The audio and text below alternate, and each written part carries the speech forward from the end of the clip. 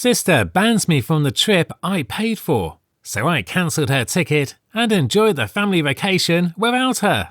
I, 29 male, come from a close-knit family consisting of me, my younger brother, 26 male, and my younger sister, Bonnie, 24 female.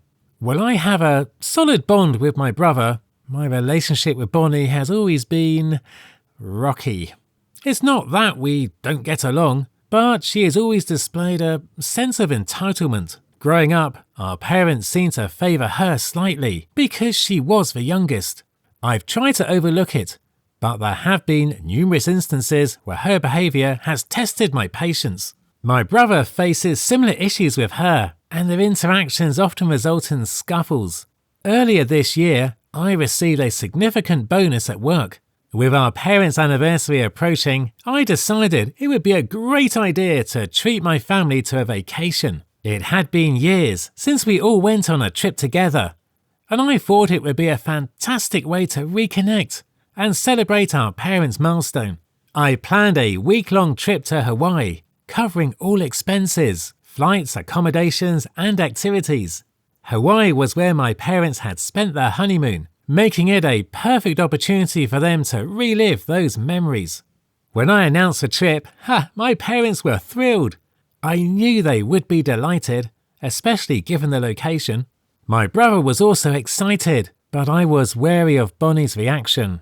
Predictably, she was ecstatic and immediately started talking about everything she wanted to do and the Instagram reels she'd make. I was happy to see her excitement, but soon enough, things started to sour. Bonnie began insisting that she should be the one to plan the vacation. I explained that since I was sponsoring the trip, I wanted to handle the arrangements myself. She threw a tantrum, claiming I wasn't good at planning and demanding that I let her take over. There were several reasons I wanted to plan it myself. Firstly, it was my treat. Secondly, I knew Bonnie's tendency to make extravagant choices when someone else is footing the bill. She often orders the most expensive items when we go out, but chooses the cheapest options for her own treats. My parents suggested that if I was too busy, Bonnie could help with the planning. I told them the activities were meant to be a surprise, to keep everyone on their toes. Bonnie insisted on knowing the details in advance so she could shop for appropriate outfits. I assured her that there would be nothing unexpected. I had planned several surprises, such as a private luau and a snorkeling adventure, and was excited about how it would all come together. As the trip approached, Bonnie's demands became more persistent. She was upset that I hadn't let her plan everything and accused me of trying to upstage her. Her constant nagging led me to share the itinerary with her. She immediately called me, furious, pointing out changes that she felt she would make everyone more comfortable. Her suggestions seemed reasonable, so I adjusted the schedule accordingly, which seemed to boost her ego. She remarked, "That's why I wanted to plan it, attention to detail." I realized that if there were any issues, Bonnie would likely criticize me, so I allowed her to handle the details. I gave Bonnie access to my account to make minor changes, but warned her not to make any major alterations. She agreed, but promptly announced in the family group chat that she had taken over planning and made some changes. She added some cool ideas like matching outfits for each day, which was fine initially. However, a week before the trip, I discovered that Bonnie had cancelled some of the activities I had booked and replaced them with her own preferences. She also declared that she had made executive decisions regarding the itinerary and that everyone should follow her lead. I was furious. This was supposed to be my gift, and she had completely hijacked it. I tried reasoning with her, but she was adamant, claiming she was better at planning. I stood firm, refusing to let her control everything, which led her to accuse me of being controlling. She hung up on me. That night, I received a call from my parents. Bonnie had informed them of the situation, and they wanted to know what was going on. I explained the situation without revealing too many details about the surprise activities. I expected them to understand, but they sided with Bonnie. They argued that since she was so excited, I should let her have some control over the planning. They didn't seem to grasp that she had completely taken over and disregarded my efforts and money. They said it didn't matter who planned it or who was paying. The focus should be on having a good time as a family in Hawaii. I felt frustrated and underappreciated.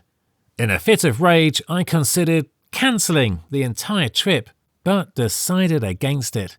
Instead, I withdrew from the planning process, allowing Bonnie to handle it as she wished. If she wanted to be in charge, so be it. I would still enjoy the trip even if it wasn't as I had envisioned. 2 days before the departure, things took a turn for the worse. I received notification that my tickets had been cancelled. I was shocked and immediately called the airline, only to find out that the cancellation was made from my account. It was no surprise that Bonnie was behind it. When I called her in anger, she casually admitted to cancelling my tickets, claiming my presence would ruin the vacation. She said the family agreed to exclude me because I was too controlling and negative. I was stunned. The trip I had planned and paid for was now happening without me. My sister had somehow convinced everyone that I was the problem, and they all went along with it. I wasn't going to let her walk all over me. I logged on to my account, cancelled her ticket, rebooked it in my name, and changed the password so she couldn't make any further changes. I sent a message to the family group chat stating, "Since Bonnie has decided I'm not welcome on the trip I paid for, I've cancelled her ticket. If any of you want to stay with her, I'll be happy to cancel your tickets too." The fallout was immediate. My brother called, claiming he had no knowledge of Bonnie's plan. I explained the situation, and he confirmed that Bonnie had made it all up. He assured me that he and our parents would never agree to exclude me from the trip. It was a relief to know that at least he wasn't complicit in Bonnie's scheme. While I was still on the phone with him, my parents called, furious about the cancellation of Bonnie's ticket. They accused me of being petty and vindictive.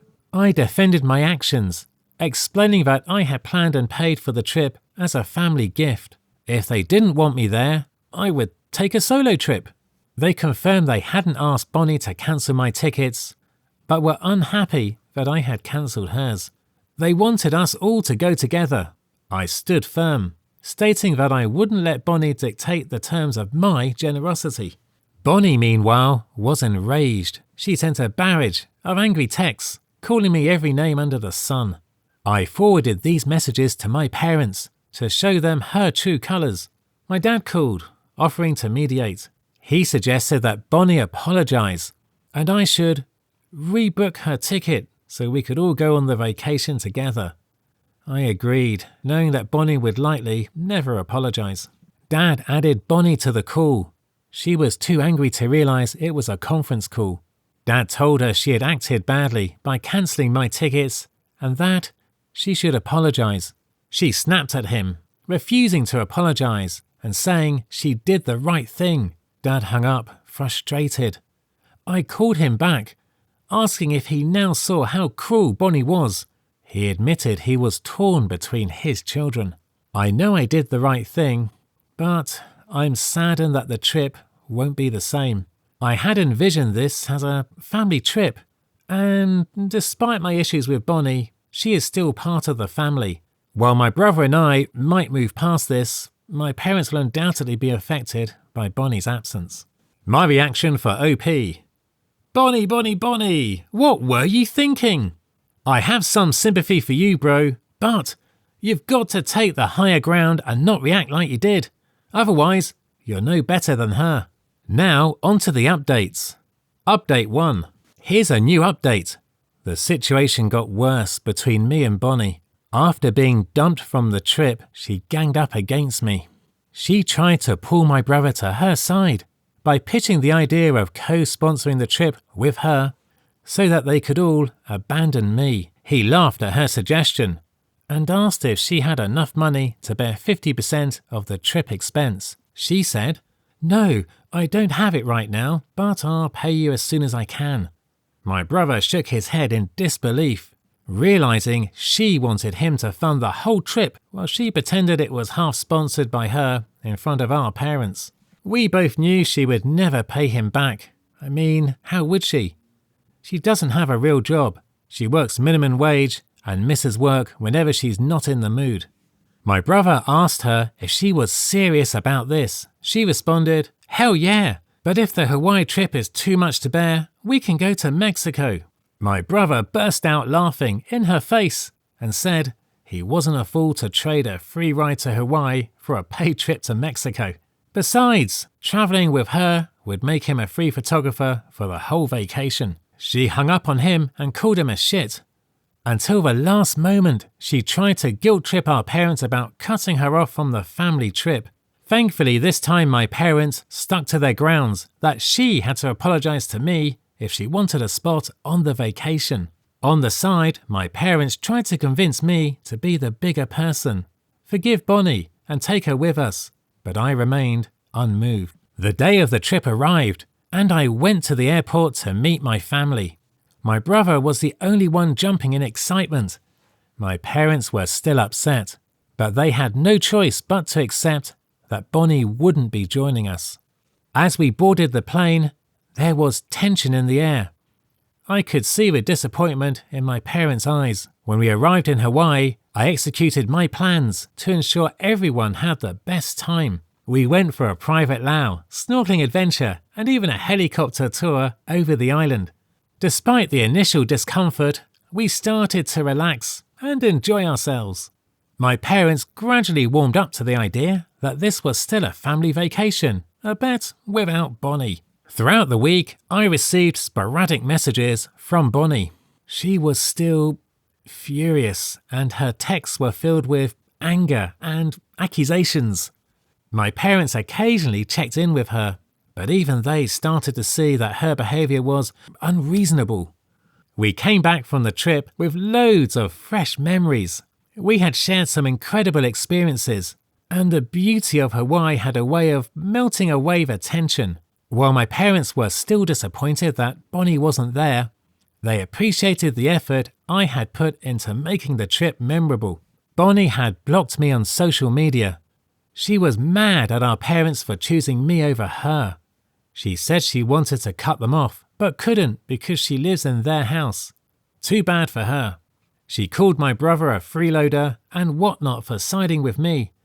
She also told him and my parents that she never wanted to see me again. It was painful, but I knew I had done what I needed to do.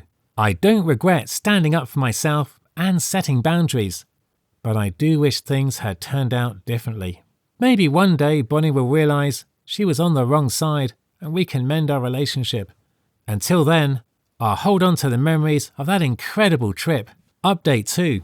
I have another update on my sister's saga. After we returned from the trip, I went back to work and had to put in extra hours, so I couldn't catch up with my parents about Bonnie. I knew she must be throwing tantrums at them for enjoying the trip without her. To make her feel worse, my brother and I bombarded social media with family pictures. It was fun. Almost 3 months later, I visited my parents and found Bonnie's room vacant. They told me that she had finally moved out. She wasn't serious about her life and career, missing work on a whim since she had no responsibilities for rent and food. A year ago, my parents demanded rent from her for living in the house. Initially, she freaked out and called them mean and greedy. But when Dad threatened to throw her out, she agreed to pay rent. In 1 year, she had paid for only 3 months, always coming up with new excuses. After my parents returned from the trip, Bonnie blew up as expected. My parents tried to calm her down and even brought gifts for her, but she threw them away in their faces. My dad had enough and told her to pack her bags, saying he would drop her off. Her demeanor changed immediately, and she started sobbing and hugging Mum, saying she behaved like this because she missed them and was hurt that we left her alone. My mum said her narcissistic behavior forced us to drop her. She promised to pay rent every month, but my parents didn't give in to her manipulations and moved her out. My parents should have done this earlier. She's 24, doesn't have a proper job, and has no plans for her future. She's still on our parents' insurance and drives their car. My dad scouted a small apartment for her and even paid 2 months' rent. I didn't like that she was served everything on a silver platter, but this was better than letting her live in their house for free. They were still concerned about her well-being, but moving her out was the best thing to make her self-reliant. My mum called me a week ago and gave me the remaining updates about Bonnie. 2 months' rent was covered by my dad. While leaving, my mum gave her some ready-to-eat food and snacks. After that, she often dropped by my parents' house and stayed until dinner time, and my mum had to offer her food. She even started staying the night every now and then. Initially, they put up with her, thinking she was missing home, but when she continued to show up even after 3 or 4 months, they decided to confront her. Bonnie confessed she had defaulted on the rent and was hiding from the landlord. So, basically, she didn't pay any rent at all. The 2 months she lived in her apartment were on Dad's money. My mum asked her what she did with her salary, and she said she bought shoes to go to work. Mum offered to loan her some money to clear off her rent, but she insisted on moving back home. Mum asked Dad to intervene, and he put his foot down, saying no, not anymore. He was done bailing her out, and now she was on her own. It was her life, and she had to take charge of it. She tried to guilt-trip them, but Dad said her tactics wouldn't work anymore and she should stop bothering them. He even said that the next time she approached them for any help, they wouldn't answer the door. I felt this was slightly harsh, but I could understand. He had had enough. Bonnie reached out to my brother for help. He said he was leading a hand-to-mouth life and couldn't help her financially. He asked her if she'd ask me for help. She said she wouldn't because it would boost my ego and make her feel like a loser. Then she asked my brother to borrow money from me, saying he needed it for himself and then lend it to her. My brother refused, saying, "You need the money, you ask him." She requested him not to tell me about this, but he said he couldn't keep a secret. She turned bitter towards him and called him my bootlicker and pet who runs behind me for a free meatloaf. I heard these stories with a pinch of salt. Her entitled behaviour had touched the roof. Someone had to call her out. I'm glad I was the first one to call out her BS and cut her off from the trip. I remember how my parents reacted and how they gaslighted the situation, demanding to include Bonnie. I'm glad my parents finally realised how toxic Bonnie was and how she was using her daughter card to manipulate them. That's it for now. Thanks for engaging with my post. If there's anything more to my sister's situation, I'll update the thread. If you enjoyed this story, please like the video and share your thoughts in the comment section down below. Thank you.